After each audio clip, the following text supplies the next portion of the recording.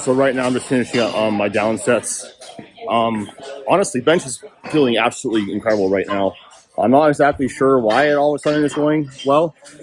I did change around my training split to a little bit more of a bodybuilding sort of style. So like today, for example, I had 2 ascending sets of 2 up to RPE 7, and then now I'm having some pretty easy back down sets of 5 or 5x5. That's something I've been changing a lot of. Is that my back down sets, I'm trying to make them easier on really every single lift that I do, because the majority of that strength stimulus is coming from that heavy top set. And then the down sets are a little bit more volume, a little bit more skill practice. And you don't really need to go that heavy on them. Like average intensity does matter to a certain extent, but it's not something I'm particularly scared about. So I did 297 for 2 at RPE 6, and then I did 308s for 2 at RPE 7. And now I'm just doing 5x5 with 353, like RPE like 5-ish. You have some bodybuilding sets after, so I'll show you that. But man, like it feels really, really good to finally be progressing on bench after being stuck for basically like I have over a year plateau. So as long as I stay healthy, like my pec feels good, I think I'll be on my way.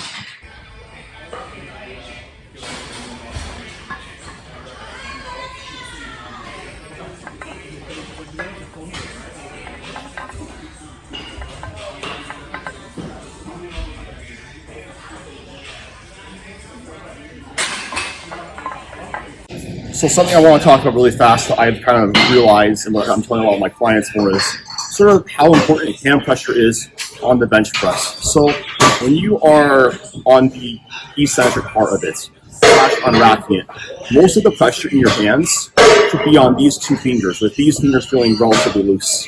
However, once you bounce around your chest and you start to press off of your body, you want to bias a little bit more of the pressure to the outside of your hand. What that's going to do is essentially let you stay in a better overall stat position throughout the bench press, have better force transfer, you're able to stay tighter, use your triceps and whatnot. So it's a little bit strange, but like once you get it down to where you're kind of on here, when you unrack it, grip it really hard with these 2 first index fingers and your middle finger. But as you press up, it should kind of go from like this, like that.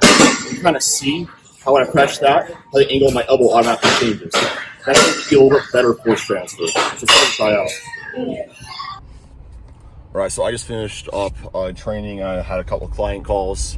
My life is kind of like Groundhog Day. I basically wake up, I train whatever in-person clients I have, which is usually about at least 1 or 2 that I just do locally. And then I usually it's from like 10 until about noon. And then I'll come home, work on any client check-ins I have, any calls I have, until around 3:30ish.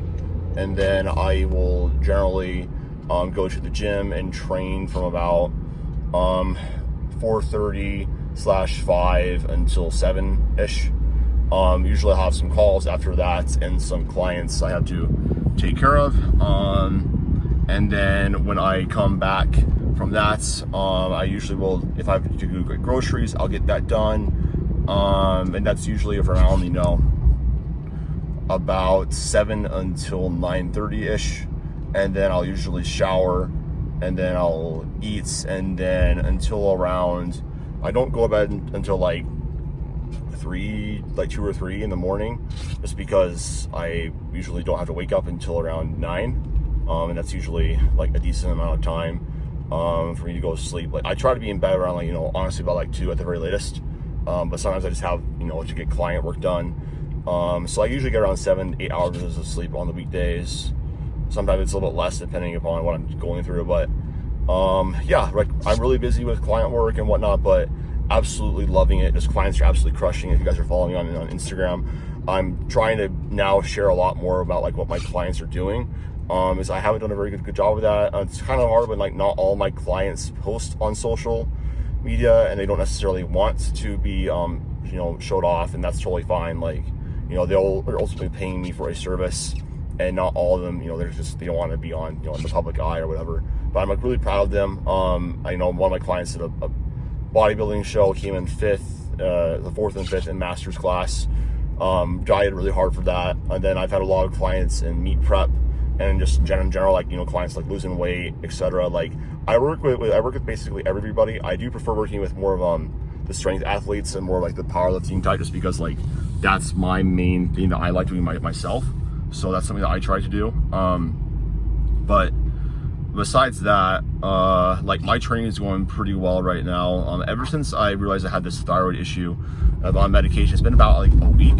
Like, I literally feel like a completely new person. Like, I was always just completely exhausted, like no energy, constantly sore, tired. Like, it didn't matter how much food I ate, didn't matter how much sleep I got. Like, I just always felt like crap. And like, ever since I've been on this therapeutic thyroid, since I had my blood tests back, and I had low T3 and low T4, and my TSH was also low, and so doctor prescribed me about 100 micrograms of T4 and 25 micrograms of T3, and I've been on that for about a week. I'm already feeling like way better, and whatnot. I also just finished a mini cut today.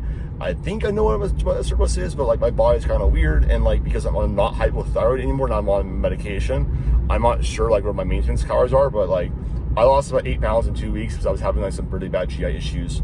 Wasn't feeling great. Before training, wasn't feeling very good, and I think, and I've actually gained strength. You know, even though I've lost a lot of weight in a short period of time.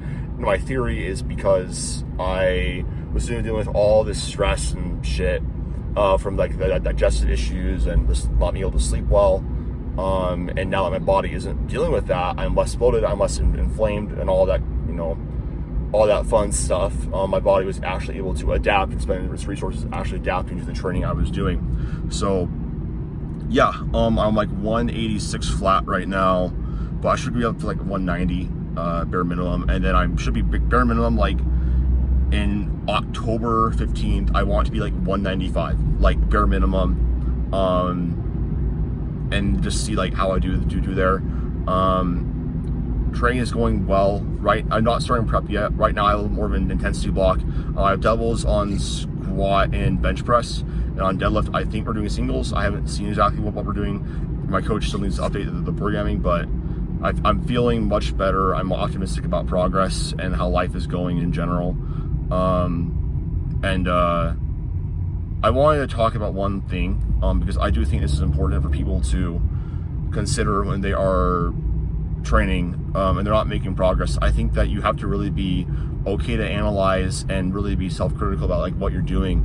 You know, are you training enough? Are you putting in enough effort? What's going on in training? Are you being on top of your diet, your sleep, etc.? Because like, all this stuff has to be in line for you to make progress. Then they say that like all your outside variables are in place. Because personally, I think that's the first thing that needs to be in place before you even can like blame a program. Then you have to look at like, what am I doing in training? You know, how am I feeling? And honestly, I feel like the main reason why most people get stuck is because they're understimulated. They don't like how to periodize their training to actually match their goals, to get to the best, you know, to get to their goals. You know, lots of times, and Chance Mitchell talks about this, like, you sometimes just need to force the adaptation. And what I mean by that is just add more volume, like give them more of that stimulus and just try harder, because you know, with the very few cases, it's not that you're overtrained, it's that you're not training enough for what you want, or in a smart enough way for your goals. So, you know, I think that lots of times we sell ourselves short because we aren't like honest with ourselves, and we aren't like willing to put in the work. But like, the reality is that like, I think really anybody should be able to squat 405. You know, I think anybody should be able to like squat, to bench press, you know, 300. I think anybody should be able to like deadlift 500 pounds. And I think like, you know, I think I can absolutely get like anybody there. And like, I've seen it happen all the time with my clients, is that, you know, usually adding a little bit more volume tends to get them out of their plateaus, and it's making them pay attention more to their training variables outside of the training. Like, I only ask my clients to track things that actually matter. I don't want to waste their time, and you know, it's just about like kind of being honest with yourself, and you know, is what you're doing right now going to line up to your long-term goals, and like actually having a plan and knowing like where your training is going is so important. Because I think a lot of people, like, they don't really thinking about that stuff, and it's a big reason for wheel spinning. But yeah, that's really everything for this video.